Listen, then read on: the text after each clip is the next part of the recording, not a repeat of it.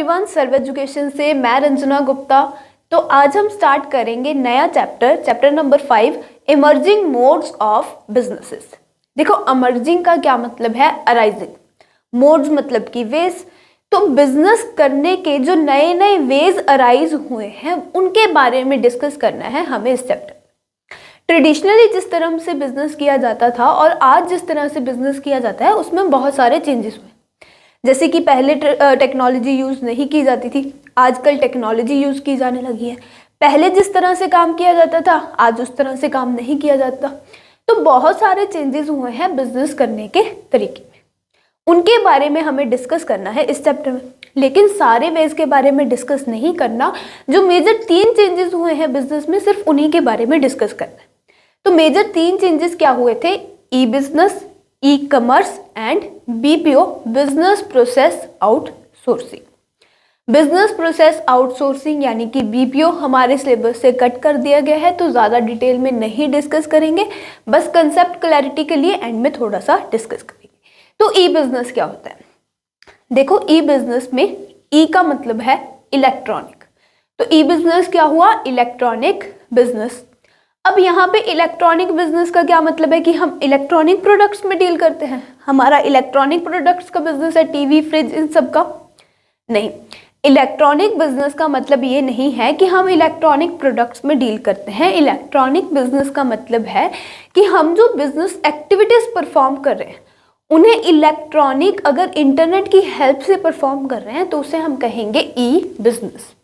जैसे कि पहले हम जैसे सामान खरीदने जाते थे तो हमें मार्केट तक जाना पड़ता था, लेकिन आजकल फ्लिपकार्ट, अमेजोन ये घर बैठे बैठे हमें नेट की हेल्प से सारे प्रोडक्ट्स प्रोवाइड कर देते हैं। तो अमेजोन, फ्लिपकार्ट ये जो अपने बिजनेस की एक्टिविटीज परफॉर्म कर रहे हैं ये इंटरनेट की हेल्प से परफॉर्म कर रहे हैं। तो ये सब किसकी एग्जाम्पल्स हैं, ई बिजनेस की। जोमेटो से हम खाना ऑर्डर करते हैं, ये भी किसकी एग्जाम्पल है, ई बिजनेस की। पहले हमें अगर स्कूल से एक्स्ट्रा कोचिंग लेनी होती थी तो हमें कोचिंग सेंटर जाना पड़ता था, लेकिन आजकल हम क्या करते हैं, यूट्यूब और ऐसे कितने सारे प्लेटफॉर्म्स है जैसे कि अनअकैडमी, यहीं से एक्स्ट्रा कोचिंग ले लेते हैं। तो इंटरनेट की हेल्प से ये जो एक्टिविटीज परफॉर्म की जाने लगी हैं इलेक्ट्रॉनिकली, इन्हें हम कहते हैं ई बिजनेस। क्लियर हुई इतनी बात। ई बिजनेस का मतलब समझ आया कि आप अपने बिजनेस की एक्टिविटीज इंटरनेट की हेल्प से इलेक्ट्रॉनिकली परफॉर्म करें। अब स्कोप ऑफ ई बिजनेस क्या है कि ई बिजनेस में किस किस तरह की ट्रांजैक्शंस परफॉर्म की जाती है। तो बहुत सारी ट्रांजैक्शंस ई बिजनेस में परफॉर्म की जाती हैं, लेकिन हमें अपने सिलेबस के अकॉर्डिंग सिर्फ 4 ही डिस्कस करनी है। B2B commerce, B2C commerce, C2C commerce and intra B commerce. तो सबसे पहले है B2B कॉमर्स। B2B में जो B है उसका मतलब है बिजनेस। तो B2B का क्या मतलब हुआ, बिजनेस टू बिजनेस कॉमर्स। अब बिजनेस टू बिजनेस कॉमर्स का क्या मतलब है कि दोनों पार्टीज जिनके बीच ट्रांजैक्शन हो रही है दोनों क्या है, बिजनेसेस हैं। जैसे कि फॉर एग्जांपल मैन्युफैक्चरर से सामान गया होलसेलर के पास, होलसेलर से सामान गया रिटेलर के पास। तो यहाँ पे फर्स्ट एग्जांपल में मैन्युफैक्चरर भी क्या है, बिजनेस, होलसेलर भी क्या है, बिजनेस।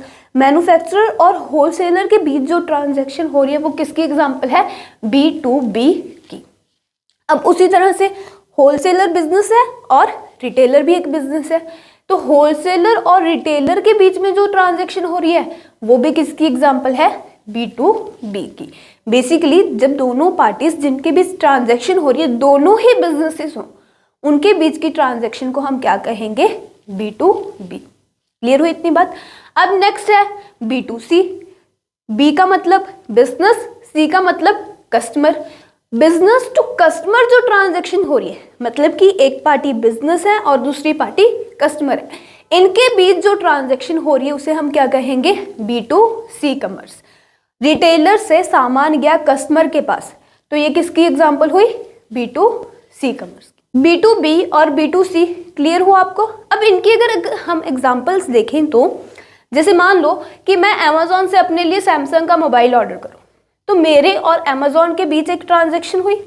अमेजोन और मेरे बीच जो ट्रांजैक्शन हुई वो किसकी एग्जांपल होगी, B2C कॉमर्स की। अब इसका ही अगर हम दूसरी साइड देखें, अमेजोन ने जिस सेलर से लेके मुझे मोबाइल प्रोवाइड किया है, अमेजोन और उस सेलर के बीच में भी तो एक ट्रांजैक्शन हुई है। तो अमेजोन और उस सेलर के बीच जो ट्रांजैक्शन हुई है उसे हम कहेंगे B2B कॉमर्स। अगर और एग्जाम्पल से डिस्कस करें, देखो जैसे कि जोमेटो से हम सामान ऑर्डर करते हैं, तो जोमेटो से जो मैंने सामान ऑर्डर किया, जोमेटो से मैंने जो खाना ऑर्डर किया, मेरे और जोमेटो के बीच एक ट्रांजैक्शन हुई, जोमेटो ने मुझे डिलीवरी की सर्विस प्रोवाइड की, तो इसको हम क्या कहेंगे, B2C ट्रांजैक्शन। और दूसरी ओर जोमेटो और रेस्टोरेंट के बीच में भी तो एक ट्रांजैक्शन हुई है, जोमेटो और रेस्टोरेंट के बीच में जो ट्रांजैक्शन हुई है वो क्या होगी, B2B कॉमर्स। तो ऐसा नहीं है कि हर एक बिजनेस या तो B2C ट्रांजैक्शंस करेगा या फिर B2B ट्रांजैक्शन करेगा। वो नेचर ऑफ ट्रांजैक्शन पे डिपेंड करता है कि अगर आप कस्टमर के साथ ट्रांजैक्शन कर रहे हो तो वो B2C ट्रांजैक्शन होगी, अगर आप किसी दूसरे बिजनेस के साथ ट्रांजैक्शन कर रहे हो तो वो B2B ट्रांजैक्शन होगी।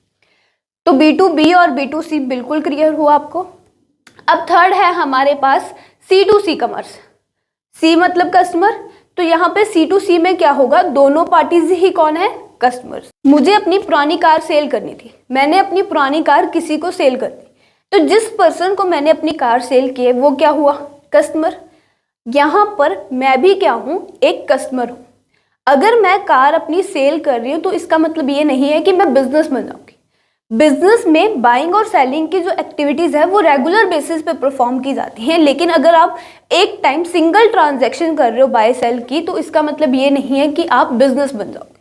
तो मैं भी कस्टमर हूँ और सामने वाला पर्सन जिसे मैंने कार सेल किया वो तो है ही कस्टमर। तो हमारे बीच जो ट्रांजैक्शन हो रही है वो किसकी एग्जांपल होगी, C2C कॉमर्स। और आजकल ऐसे कितने सारे ऑनलाइन प्लेटफॉर्म्स हैं जहां पर C2C कस्टमर्स एक दूसरे कस्टमर के साथ डील करता है, जैसे कि OLX, क्विकर।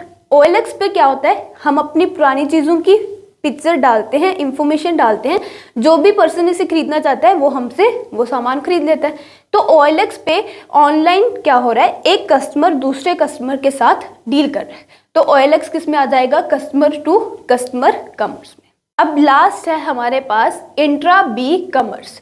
इंट्रा का मतलब है विद इन बिजनेस कॉमर्स। तो आपके बिजनेस में जो इंटरनेट की हेल्प से ट्रांजैक्शंस परफॉर्म की जा रही है उसे हम कहेंगे इंट्रा B कॉमर्स। देखो यहाँ पे बिजनेस का मतलब सिर्फ यही नहीं है कि बाइंग सेलिंग की एक्टिविटीज परफॉर्म करना।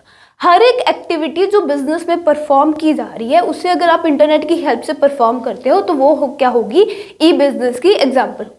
तो इंट्रा B में क्या होगा कि आप एक डिपार्टमेंट से दूसरे डिपार्टमेंट तक इंटरनेट की हेल्प से इंफॉर्मेशन पहुंचा रहे हो, या फिर विद इन दी ऑर्गेनाइजेशन जो आप इंटरनेट की हेल्प से काम कर रहे हो, वो सारी किसकी एग्जाम्पल्स हो जाएंगी, इंट्रा B कॉमर्स की। तो scope of E business B2B commerce, B2C commerce, C2C commerce and intra B commerce clear है सभी को। नेक्स्ट टॉपिक है हमारे पास ई बिजनेस वर्सेस ई कॉमर्स। ई बिजनेस और ई कॉमर्स में क्या डिफरेंस होता है। देखो ई बिजनेस जो है वो एक वाइडर टर्म है और ई कॉमर्स जो है वो ई बिजनेस का ही पार्ट है।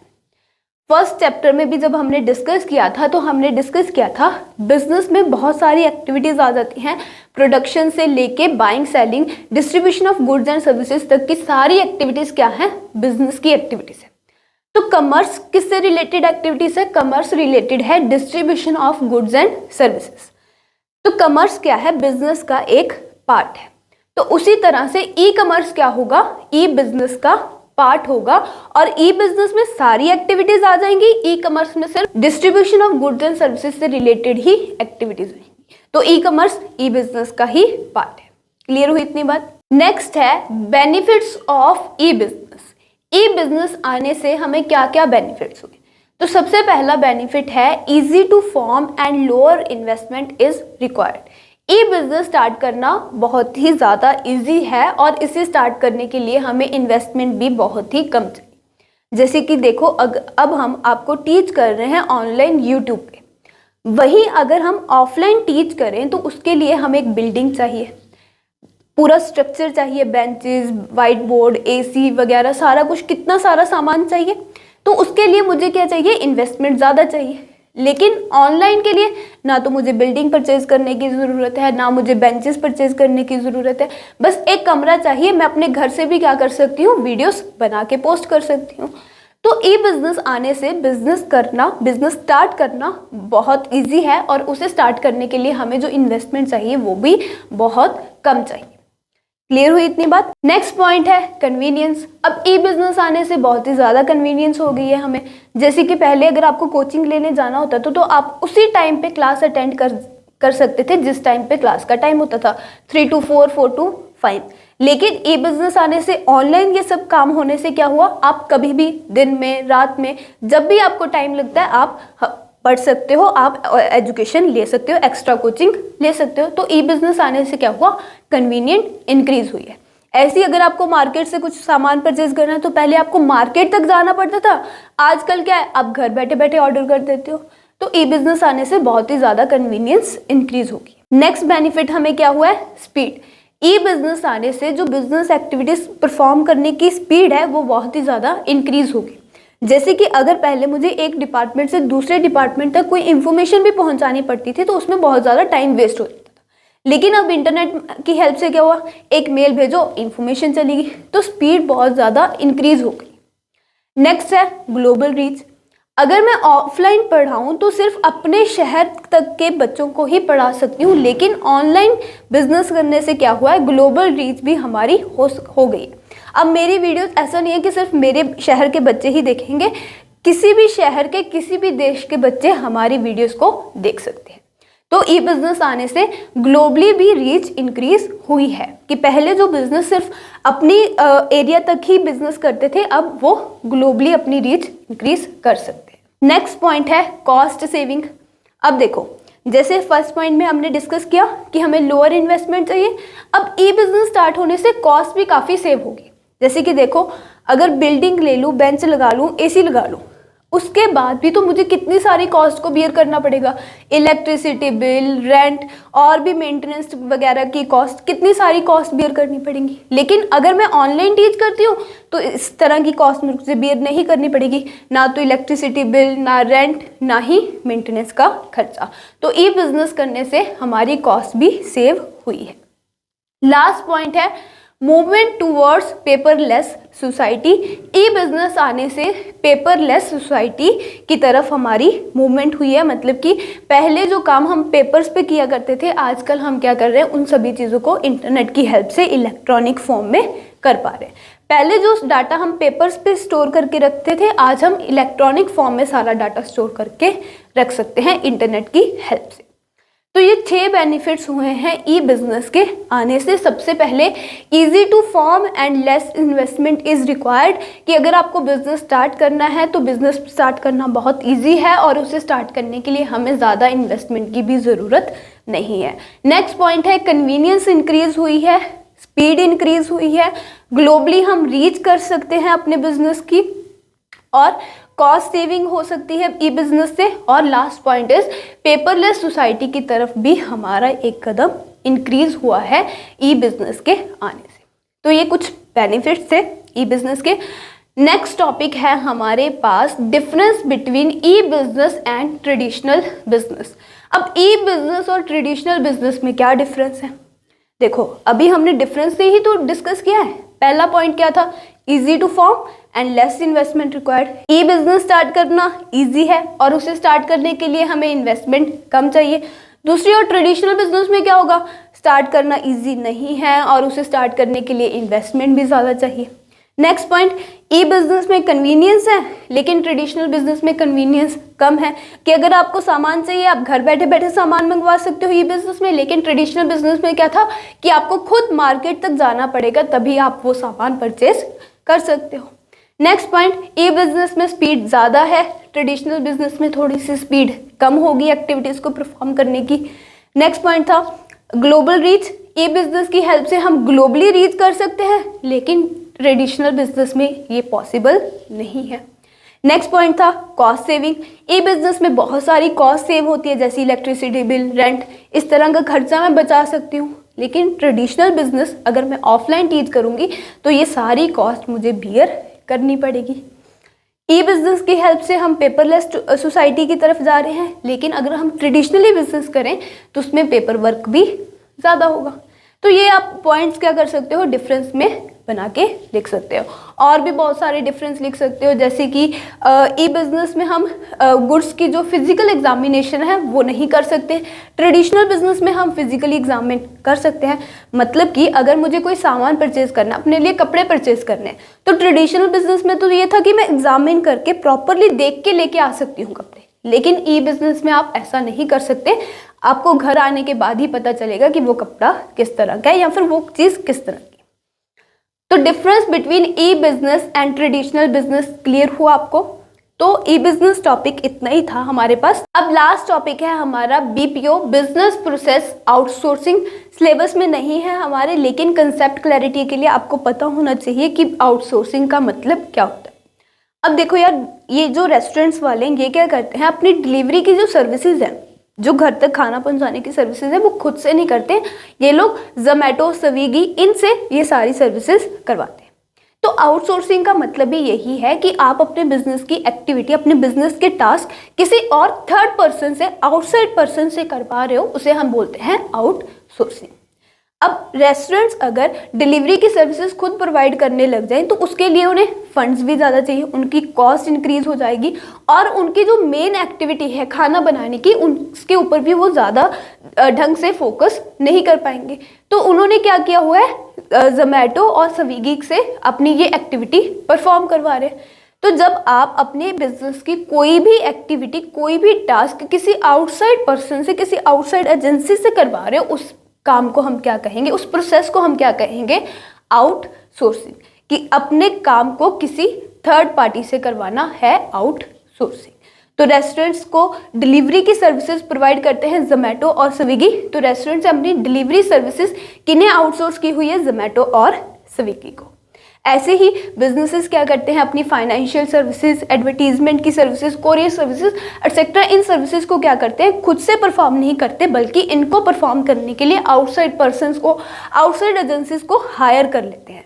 तो जब आप आउटसाइड एजेंसी को ये सारी एक्टिविटीज़ परफॉर्म करने के लिए हायर कर रहे हो, उसे हम कहेंगे बिजनेस प्रोसेस आउटसोर्सिंग, कि आप अपने बिजनेस की एक्टिविटी आउटसोर्स कर रहे हो। तो सारे टॉपिक्स क्लियर हुए आपको इस चैप्टर में से। तो हमारा चैप्टर ये बहुत ही छोटा सा था और कंप्लीट हो गया। होप आपको सारा चैप्टर समझ आया होगा।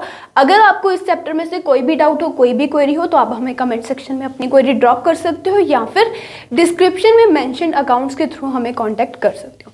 Thank you so much. मिलते हैं नेक्स्ट लेक्चर में, और नेक्स्ट लेक्चर में हम नया चैप्टर स्टार्ट करेंगे।